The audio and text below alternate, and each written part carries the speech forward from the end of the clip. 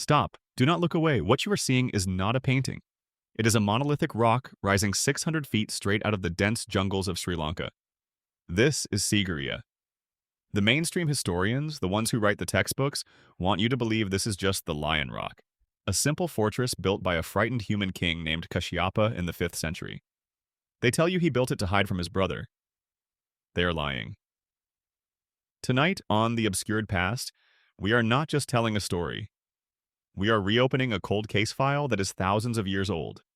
We are going to dismantle the official narrative brick by brick and expose the evidence of a lost technology that defies the laws of gravity. We are going to prove that this was not a palace for a human king, but a sky city for the gods who came from the stars. The investigation begins with the mathematics of the impossible. Stand at the base of the rock and look up. The walls are vertical. They are sheer 90-degree cliffs of solid granite. Yet, resting on this flat summit, like a crown, are the ruins of a massive complex constructed from millions of red clay bricks. Archaeologists estimate there are over 3 million bricks remaining at the summit. Let's do the math that the historians refuse to do. If a primitive worker, wearing sandals and carrying a load of 10 bricks, tried to climb this vertical face without modern metal staircases, without cranes, and without pulleys, it would be a suicide mission. To move 3 million bricks, it would require 300,000 trips up and down a 600-foot cliff. It is a logistical impossibility for a primitive civilization. The sheer volume of material suggests that the builders did not carry these bricks on their backs. They didn't use ramps. The evidence suggests they used a technology to lift heavy matter through the air. They flew them up. But the red bricks are just the distraction. The real smoking gun is hiding in the white marble. As you walk through the ruins, you will see staircases and floorings made of massive, polished blocks of white marble. Here is the anomaly. White marble is not native to Sigiriya. Geologists confirm that this specific type of stone is not found anywhere near this mountain. It had to be quarried hundreds of miles away, transported through the thick, mosquito-infested jungle, dragged across rivers, and then lifted into the sky. Why go to such trouble for a temporary hideout? A king running for his life builds a bunker, not a floating palace of imported marble. This structure was not built for defense, it was built as a docking station for something that arrived from above. Now, let's ascend to the summit and look at the most baffling piece of engineering, the granite tank. In the center of the palace lies a gigantic swimming pool, 90 feet long and nearly 7 feet deep. This is not built on top of the rock. It is carved into the rock. To create this, workers would have had to cut and remove 3,500 tons of solid granite bedrock. I want you to look closely at the walls of this tank. If this was cut by slaves with copper chisels and stone hammers, we would see thousands of small, jagged impact marks, but we don't. Instead, we see strange, smooth scoop marks. These are the exact same scoop marks found on the unfinished obelisk in Egypt and the megalithic walls of Sacsayhuaman in Peru. It looks as if the hard granite was softened, scooped out like ice cream by a massive device that used heat or sound frequency. This is not the work of a chisel. This is the signature of machining technology that we have forgotten.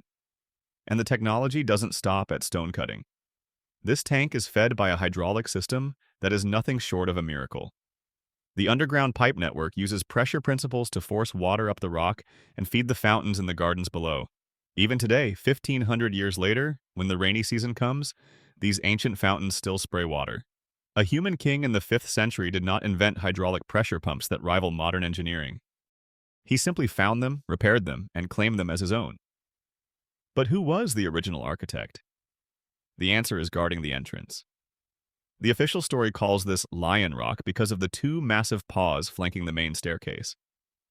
They say a giant lion head once stood there. But look at the anatomy, look at the toes. A lion is a feline. It has 4 toes and retractable claws. The statues at Sigiriya have 3 massive toes with long, sharp, non-retractable claws. These are not the paws of a lion.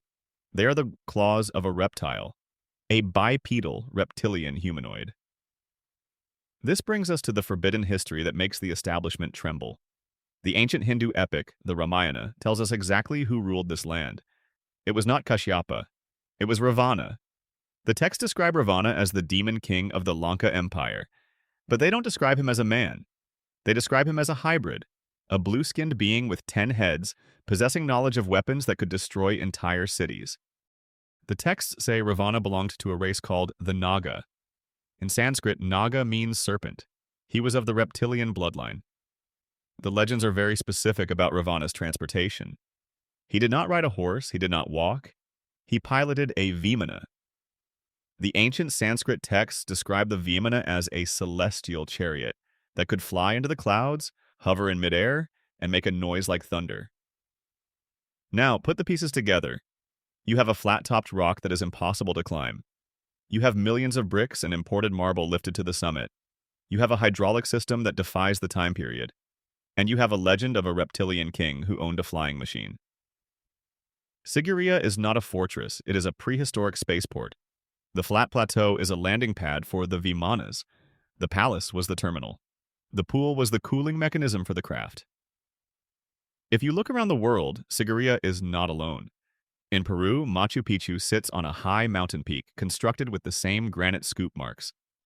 In Bolivia, Puma Punku shows drill holes in andesite rock that look like they were made by lasers. It is a global grid, a network of ancient sky cities connected by flight, ruled by the gods who gave us civilization before the Great Flood wiped them out.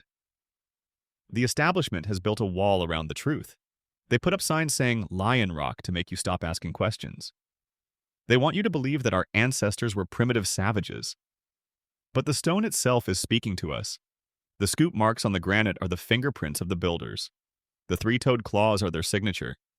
The machine has been deactivated for thousands of years, but the evidence of its existence is carved into the bedrock, waiting for us to wake up. Thank you for watching The Obscured Past. We are fighting an algorithm that prioritizes entertainment over truth.